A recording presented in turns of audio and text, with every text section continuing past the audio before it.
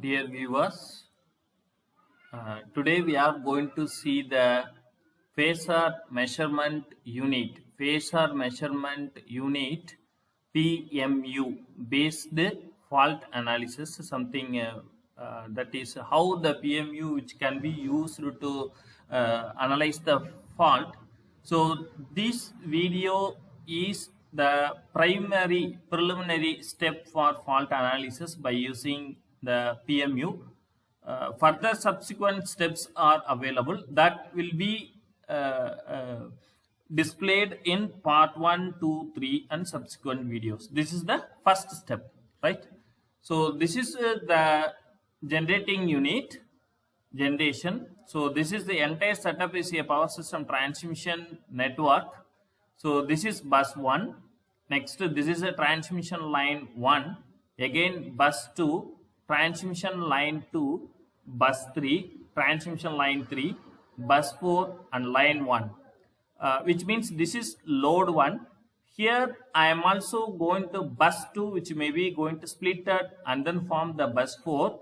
This is the distributed line. This is the transmission line parameter. This is the distributed line parameter. Again, these series are resistance which can be limits or emulates that the series service line drops, right? Again, it may going to connect the load to. This is a three-phase to ground fault. A, B, C merged with ground. A, B, C, D. A, B, C with merged with the ground. Three-phase ground fault.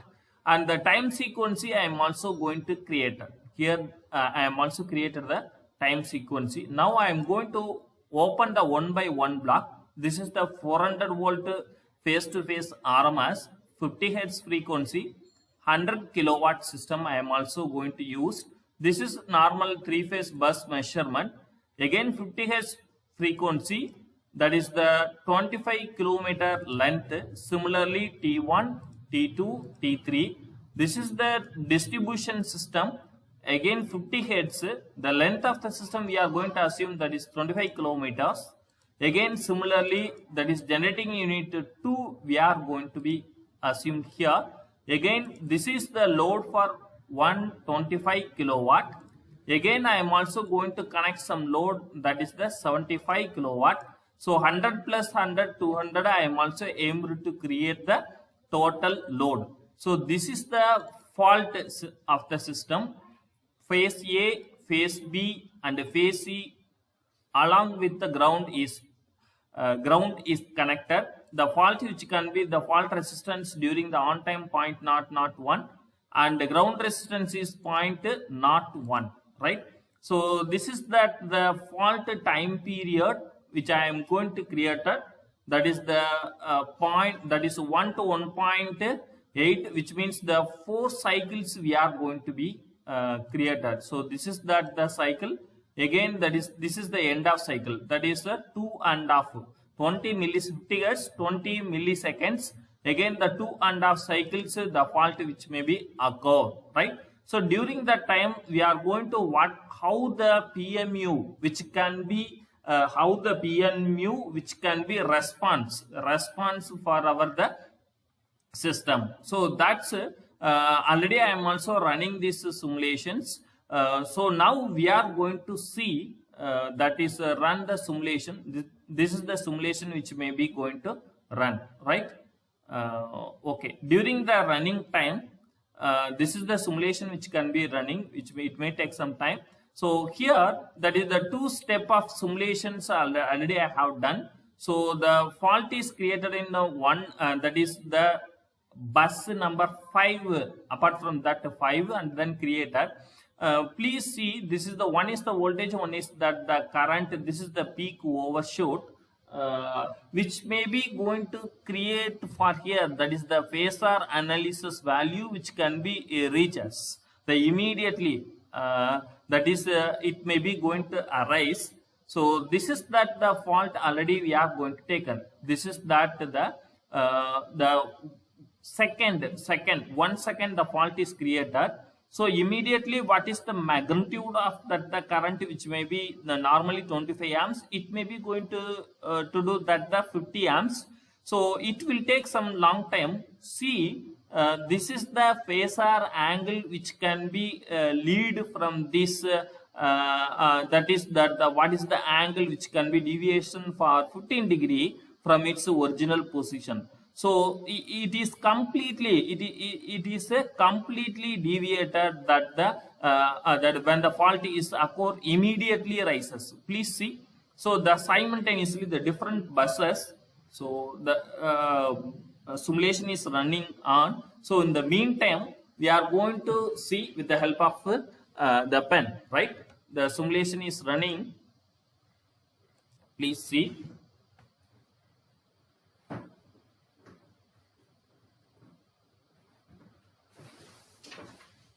Yes, now the simulation is running. So now, so where is the fault is created? Please see here. So this is that the fault is created for that time. Again, this is what is that the bus number? This is the bus 4. Again, I am also going to check the bus 4 scope waveform. See, so this is the bus 4 scope waveform. So this is the bus 4. So this is the phasor angle. Now I am going to expand what is that the magnitude of that the current. So this is the peak overshoot during that the fault current. So the fault current which may be rises for this much of value, for this much of value it may be raised.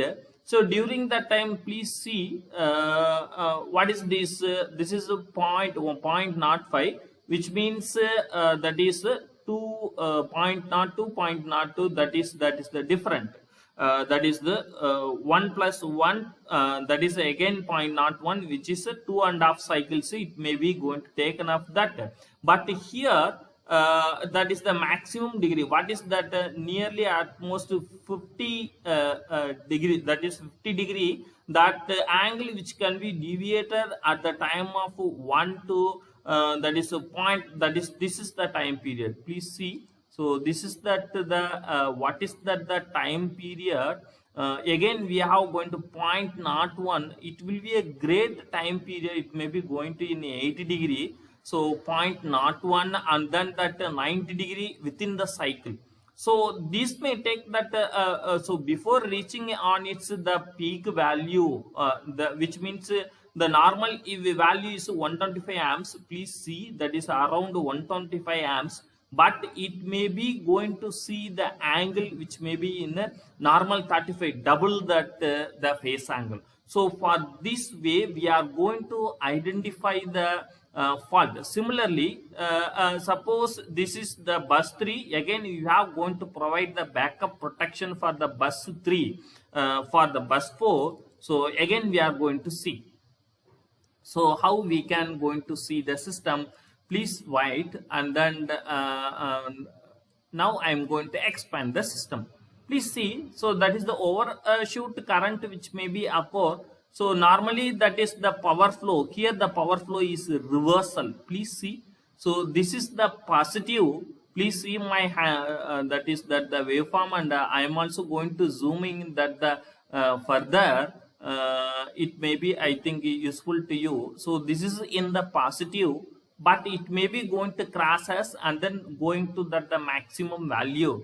So around less than 1 cycle, it may be going to reach the 50 to 60 degree. So before reaching on its the maximum peak value. So the change of phasor value of the current, which may be leads to the magnitude of the current. Please keep it in your mind. The change of magnitude of that current, which may be going to lead to the change of phasor value. So whenever the fault is occur in this system, this may be going to lead the first phasor difference in the B4. Again that phasor difference which may be occur in the B3. So this is maybe going to be obtained in the different cases. So in this is B4 and B3 already we are going to be see. So in B2, how the system which can be behaves as like this, we are going to see now. So this is that the only that the small variations. Please see how quickly the phasor value which can be avoided by the phasor measurement unit. Please see. So this is very less time. This is very less time. 0.02. So within the 0.1 or that is 0.75 cycle, which may be going to cross that the 80 degree. So the huge difference. This is one. At the one time that is -76, the phasor value which can be immediately right, that is the 20 degree. So normal time which may be going to that normal phase values. So from this identification, that is the phasor measurement unit which can be used to quick finding of the fault in the transmission system. But we are going to analyze step by step with fault analysis and wavelet based analysis, how we are going to compute it in the subsequent videos, right? Thank you.